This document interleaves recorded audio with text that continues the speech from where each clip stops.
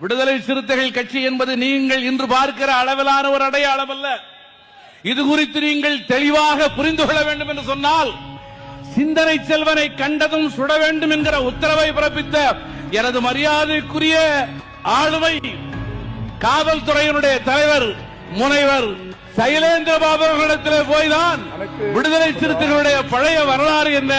என்பதை நீங்கள் கேட்டு தெரிந்து கொள்ள வேண்டும். அந்த அளவிற்கு ஒரு காலத்தில் அடங்க மறுப்போம், திமிரி எடுவோம், திருப்பி அடிப்போம் என்கிற வழக்கத்தோடு வாழ்க்கையை நோக்கி அல்ல